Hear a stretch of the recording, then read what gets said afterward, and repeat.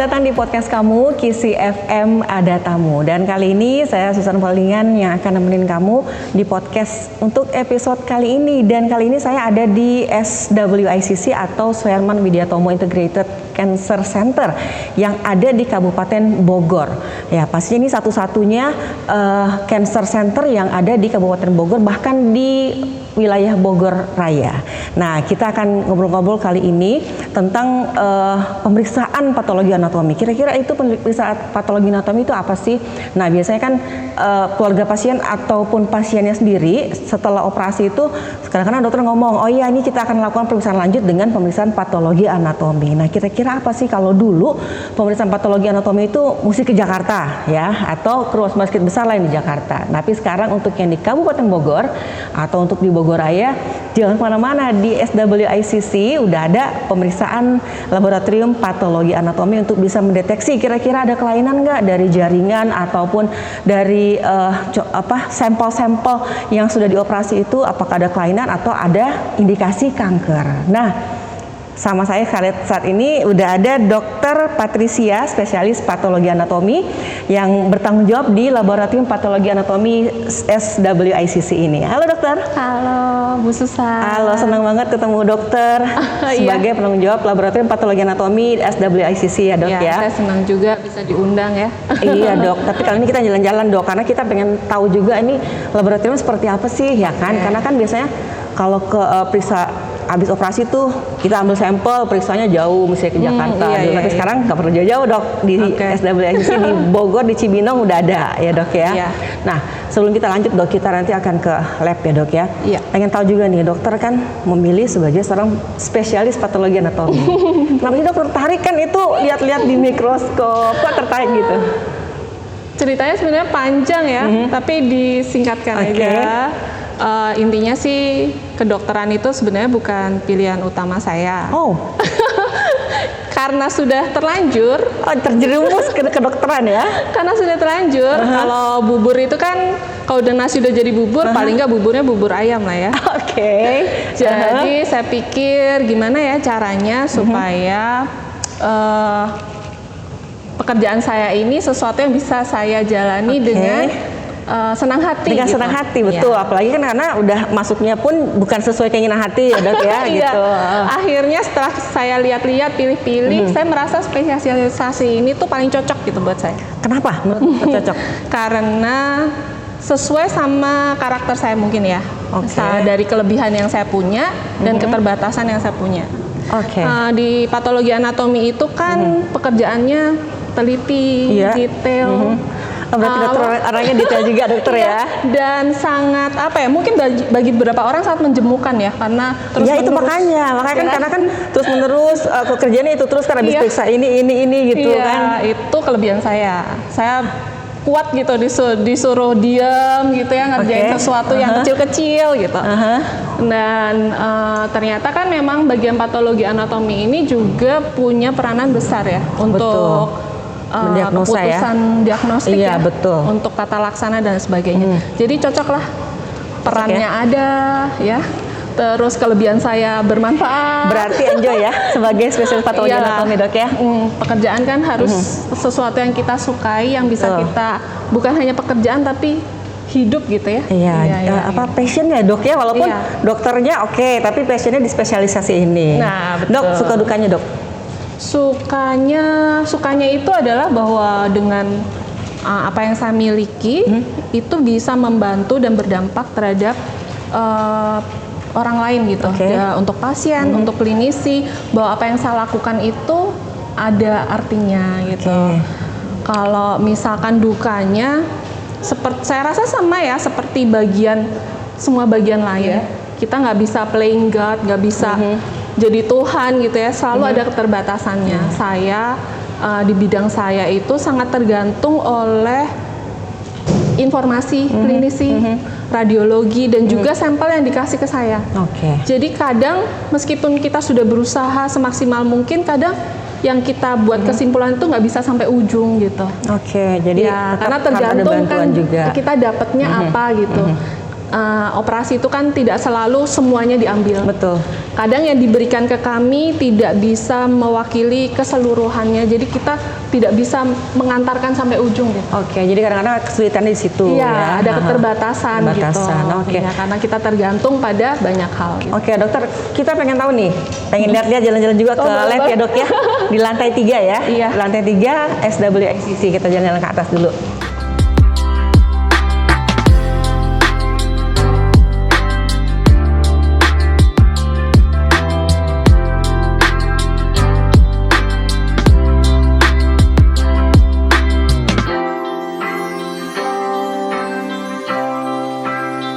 Oke, Dokter Patricia, nih kita udah ada di lab ya, berarti ya. Lantai 3 di gedung SWICC. 3A. 3A, oke, lantai 3A. Nah dok, tadi kan sedikit saya udah nanya-nanya tentang dokter. Sekarang kita langsung aja dok ya, sebenarnya patologi anatomi itu sebenarnya untuk apa sih dok? Oke, patologi anatomi itu sebenarnya adalah pemeriksaan sampel jaringan dan sel. Tujuannya untuk diagnostik sih. Jadi misalnya kan ada pasien operasi gitu ya, kan dapat jaringannya itu. Nah, itu yang dikirim ke laboratorium patologi anatomi. Oke, indikasinya seperti apa? Atau pasien-pasien yang kayak gimana yang akhirnya dokter menyimpulkan bahwa oh ya kita harus menegakkan diagnosa, kita harus pemeriksaan patologi anatomi lagi? Pada dasarnya tuh semua jaringan yang dikeluarkan oleh tubuh itu seyogyanya dilakukan pemeriksaan patologi anatomi gitu. Jadi misalkan ada operasi, bahkan kuretase juga termasuk ya, biopsi, termasuk juga ada pap smear atau mungkin ada cairan-cairan tubuh seperti ada efusi pleura. Oke, tadi dokter sempat nyinggung tentang biopsi dok. Biopsi sama pemeriksaan PA itu beda berarti dok ya? Biopsi itu tindakannya. Iya. Jadi tindakan kan ada biopsi. Biopsi itu mengambil sebagian. Ada juga tindakan operasi, operasi pengangkatan. Jadi mungkin diangkat seluruhnya gitu. Sedangkan pemeriksaan PA itu adalah pemeriksaan lanjutannya dari jaringan yang sudah diambil itu. Nah, itu untuk kita mencari tahu dok. Oh iya, ini kira-kira apa yang mau dicari dari pemeriksaan itu? Pada dasarnya adalah menentukan dulu ini adalah tumor atau non tumor, misalnya radang atau apa. Kalau memang dia tumor, ini adalah tumor jinak atau tumor ganas. Oh oke, jadi kita akan dapat diagnosanya dia misalnya tumor jinak atau tumor ganas atau tumor atau cuma apa? Bukan tumor ya, tumor atau non tumor. Kalau tumor ganas jenisnya apa, ya kan? Yang nanti berguna untuk tata laksana selanjutnya untuk dokter. Oke dok, kalau pemeriksaan kan kayak laboratorium itu ada parameternya ya, misalnya ada yang positif, negatif, atau ada yang nilainya sekian sampai sekian. Nah kalau untuk PAI sendiri, patologi anatomi sendiri gimana? Kita nggak ada nilai ya, kita keluarnya adalah dalam bentuk kesimpulan. Kesimpulan diagnosisnya apa gitu, dari jaringan atau sampel yang kita terima. Seperti apa contohnya dok? Misalkan paling banyak payudara ya. Misalnya ada tumor payudara, dokter kan mendiagnosanya sebagai tumor payudara. Mungkin dalam benak klinisi juga sudah ada arahnya mau ke ganas atau ke jinak, melihat perangainya. Kalau dia berbatas biasanya kan jinak. Kalau misalnya dia tidak bisa bergerak gitu, terfiksasi, itu biasanya cenderung ke ganas. Tapi untuk memastikan dia jinak atau ganas harus melalui pemeriksaan patologi anatomi.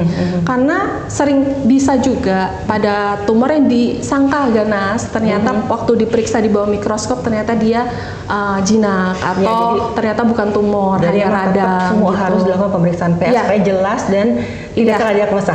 Pastinya. Bisa dibilang gold standarnya. Jadi standar utama penentuan dari diagnosa untuk tumor-tumor tersebut yang diambil sampelnya itu. Bisa nggak dok? Bisa hanya dengan melihat misalnya tumornya itu dikeluarin dari tubuh kan, terus dokternya sendiri, oh udah ini nggak perlu lakukan pemeriksaan PA. Bisa nggak seperti itu? Bisa dibilang tidak bisa kita bisa punya feeling gitu ya, ini arahnya kemana gitu ya, ganas, jinak atau tumor bukan dari makroskopiknya, tapi diagnosa pasti tetap under mikroskop gitu. Jadi harus ke PA juga. Dokter, ini kita kan ada di depan laboratorium dok ya. Nah ini alat-alatnya kayak gimana dok? Kita pengen tahu juga deh dok. Kita lanjut ke dalam dulu ya. Ayo dok.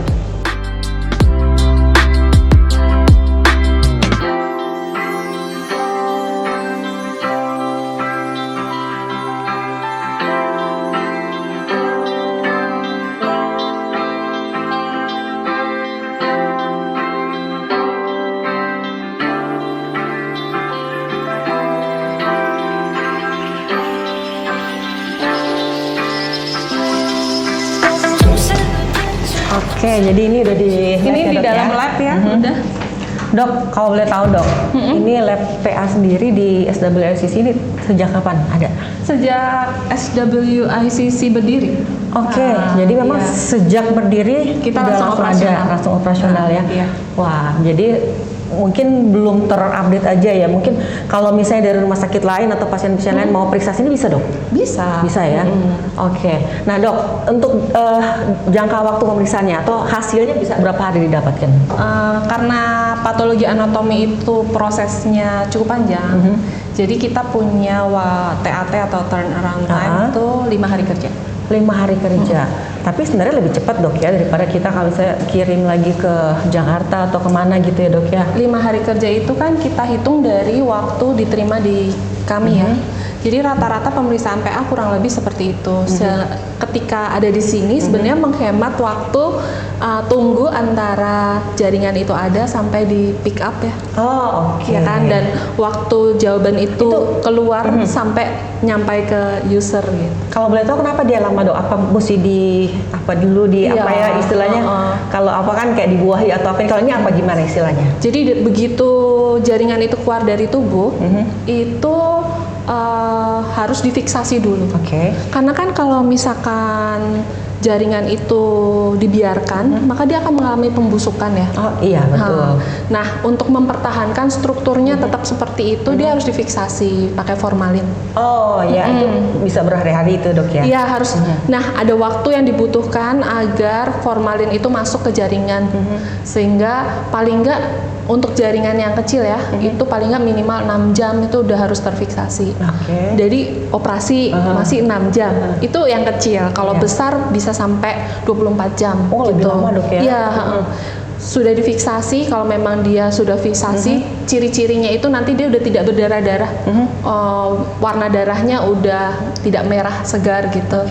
Jadi jaringannya kira-kira kita udah mulai tahu nih ini sudah bisa kita proses. Dari sudah difiksasi masih harus kita potong, karena kan kalau misalnya jaringannya kecil kita proses semuanya, tapi kalau jaringannya besar kan nggak mungkin kita proses tumor sebesar ini kita proses semua. Maka ada namanya proses grossing atau pemotongan. Di grossing itu kita pilih-pilih area-area mana yang mewakili semua jaringan. Oke, jadi itu di situ bisa kelihatan Dok. Jadi misalnya kayak dokter kan, oh ya ini kita ambil yang sampelnya di area kita ini, belah-belah dulu. Nanti ada area yang keputihan, kecoklatan, ada yang keras, ada yang lunak, itu kita ambil. Kita pilih-pilih gitu berdasarkan pengalaman juga. Oh area sini ini nih, ke area ganas seperti ini gitu ya. Setelah kita ambil itu akhirnya kita proses di mesin. Kita pakai mesin otomatis. Kalau dulu manual dipindah-pindah begitu. Kalau sekarang kita udah pakai otomatis, dan itu untuk masuk ke mesin sampai keluar mesin membutuhkan waktu 16 jam. 16 jam, pantesan lama ya, bisa 5 sampai 6 hari ya. Udah minimal 6 jam, tambah 16 jam ya. Lagi ya. Nanti setelah selesai 16 jam baru bisa diproses jadi blok. Jadi bentuknya kayak kotak-kotak lilin gitu. Iya. Blok parafin. Tujuannya supaya bisa dipotong setipis mungkin, seukuran sel gitu. Karena kalau misalkan dia tidak tipis, ketika di bawah mikroskop dia akan bertumpuk. Nggak bisa masuk juga kali di itu ya Dok ya, nggak bisa kebaca juga di bawah mikroskopnya di juga mikroskopnya kelihatannya akan kayak ketumpuk-tumpuk, jadi bentuknya kayak jadi nggak jelas malah ya. Nggak jelas. Jadi untuk bisa dipotong tipis dia harus dibikin blok supaya bisa dipotong tipis, ditempelkan di slide, kemudian diberikan pewarnaan yang membedakan inti sel dengan sitoplasma, supaya kita bisa lihat oh ini intinya, ini ininya gitu. Nanti setelah diwarna baru diserahkan ke dokter patologi anatomi untuk dilakukan interpretasi. Jadi dokter patologi anatomi yang baca ya, baru dibaca gitu. Jadi prosesnya ini emang yang jelas nggak mungkin hari ini datang nanti sore jadi. Mungkin. Tapi kadang-kadang kan keluarga Dok pada penasaran, ayo dong dokter cepet nggak? Tetap nggak bisa ya? Tetap prosesnya harus ikut yang tadi. Kita biasanya bilang ke pelanggan gitu ya 3 sampai 5 hari. Karena 3 hari itu paling cepat kita bisa untuk jaringan-jaringan yang kecil yang tidak membutuhkan potongan tambahan gitu. Oke dok, setelah keluar hasilnya tuh nanti kan dikembalikan ke dokter lagi yang ke dokter yang mengirimkannya. Nah nanti kira-kira tindakan lanjut misalnya didapati ini bahwa ada keganasan di situ, kira-kira apa yang tindak lanjutnya? Karena kita udah jadi cancer center ya, jadi kita juga udah punya konsultan di bidang onkologi gitu. Biasanya nanti akan dilakukan tindak lanjut sehubungan dengan terapi yang akan dilanjutkan. Jadi apakah akan ada terapi kemoterapi, radioterapi seperti itu kalau hasilnya ganas. Oke, dok, kira-kira ini pemeriksaan ini sudah lengkap dok ya pastinya ya.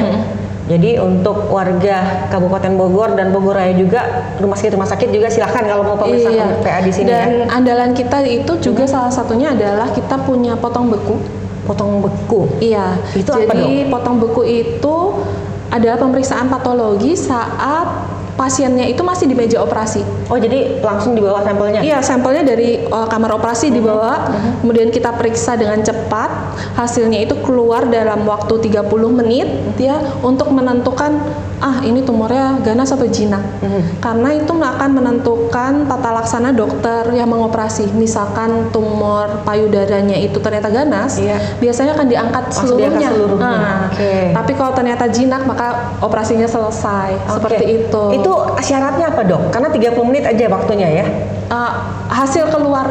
Itu hasil keluar. Nah kalau misalnya berarti... Tapi itu bukan diagnosa pasti. Itu hanya membantu klinisi untuk menentukan tata laksana lanjutan. Diagnosa pasti akan dikeluarkan setelah jaringan itu diproses seperti biasa. Oke, berarti yang paling dekat dengan lab ini adalah Rumah Sakit Sentra Medica dan SWICC sendiri dok ya? Iya. Yang paling memungkinkan lah untuk pemeriksaan beku tadi ya? Iya, jadi memang untuk dokter-dokter onkologi yang punya pasien yang harapannya itu tidak melakukan operasi berulang kali, jadi dia menyarankan untuk pemeriksaan potong beku saat operasinya. Oke dokter, luar biasa yang dan pasti. Juga IHK, kita udah punya IHK juga. IHK itu apa dok? Alat apa? IHK itu adalah pemeriksaan lanjutan dari pemeriksaan histopatologi, di mana bisa dibilang kalau IHK itu selnya itu dikasih penanda supaya kita tahu dia itu siapa gitu. Nah sekarang ini kan eranya udah era bukan sekedar kemoterapi dan radioterapi saja, tapi ada terapi-terapi khusus yang khusus targetnya pada sel-sel tertentu. Nah, IHK ini fungsinya banyak. Salah satunya apabila dari pemeriksaan histopatologi itu kita tidak bisa sampai ke ujung, tidak bisa menjelaskan ini tumor jenisnya apa atau dari mana atau bagaimana sifatnya, itu bisa dibantu dengan pemeriksaan IHK. Bisa juga untuk kasus-kasus yang sebenarnya diagnosanya udah jelas, tapi ada terapi-terapi khusus seperti mungkin CA mame ya, yang sudah ada terapi-terapi khususnya. Nah, IHK ini membantu untuk mengenali tumor ini apakah punya penanda khusus. Kalau dia punya penanda khusus, dia bisa diberikan terapi khusus. Oh, jadi dari pemeriksaan IHK itu bisa kita untuk terapi selanjutnya apa? Kita bisa tentukan di situ dok bisa ya? Untuk diagnostik, bisa juga untuk terapi. Oke, wah luar biasa. Jadi udah lengkap di SWICC Suherman Widyatomo Integrated Cancer Center yang ada di Kabupaten Bogor ya. Untuk Bogor Raya, untuk semua rumah sakit juga bisa ya dok. Nah caranya dok sekarang dok gimana dok? Misalnya dari rumah sakit pengen periksa di lab PA sini. Kalau untuk pemeriksaan histopatologi atau sitologi, sampel tinggal dibawa dengan form pengantar ke loket kita. Nanti admin kita akan mengarahkan untuk kebutuhan administrasinya. Kalau untuk pemeriksaan IHK juga sama. Yang perlu dibawa adalah surat pengantar, hasil PA sebelumnya, dan juga blog. Kalau ada slide-nya juga, nanti kita arahkan untuk administrasi selanjutnya. Oke, Dokter Patricia, makasih ya. Udah memperkenalkan kita tentang lab patologi anatomi di SWICC ini. Senang sekali saya bisa. Kita juga senang karena kita juga bisa menyampaikan ke masyarakat Bogor Raya nih ya yang belum tahu bahwa di SWICC ini kita udah punya lab PA sendiri. Ya, semoga dengan adanya lab PA di sini membantu masyarakat Bogor ya supaya mendapatkan hasil yang lebih cepat. Betul. Ya, tidak harus sampai ke Jakarta menunggu karena memang saya juga tahu rasanya jadi keluarga pasien, jadi pasien betapa menunggu hasil itu rasanya, aduh pengen cepet-cepet gitu ya. Ya kita juga selalu berusaha yang terbaik. Kalau hasil itu bisa dikeluarkan lebih cepat, pasti kita keluarkan lebih cepat ya. Tapi kadang memang ada hal-hal demi akurasi ya, mungkin tidak bisa langsung semuanya 3 hari gitu ya. Dokter terima kasih dok ya, sukses ya. Iya terima kasih juga. Yang ditugaskan dan dikerjakan bisa bermanfaat buat orang lain. Terima kasih dokter. Oke, demikianlah podcast kamu KISI FM Ada Tamu untuk episode kali ini. Jangan lupa audionya juga bisa didengerin di KISI Sound Flash di radio KISI 93,4 FM. Dan akhirnya saya pamit, jangan lupa untuk like, comment, subscribe dan juga share juga ya pastinya ya. Oke, sampai jumpa.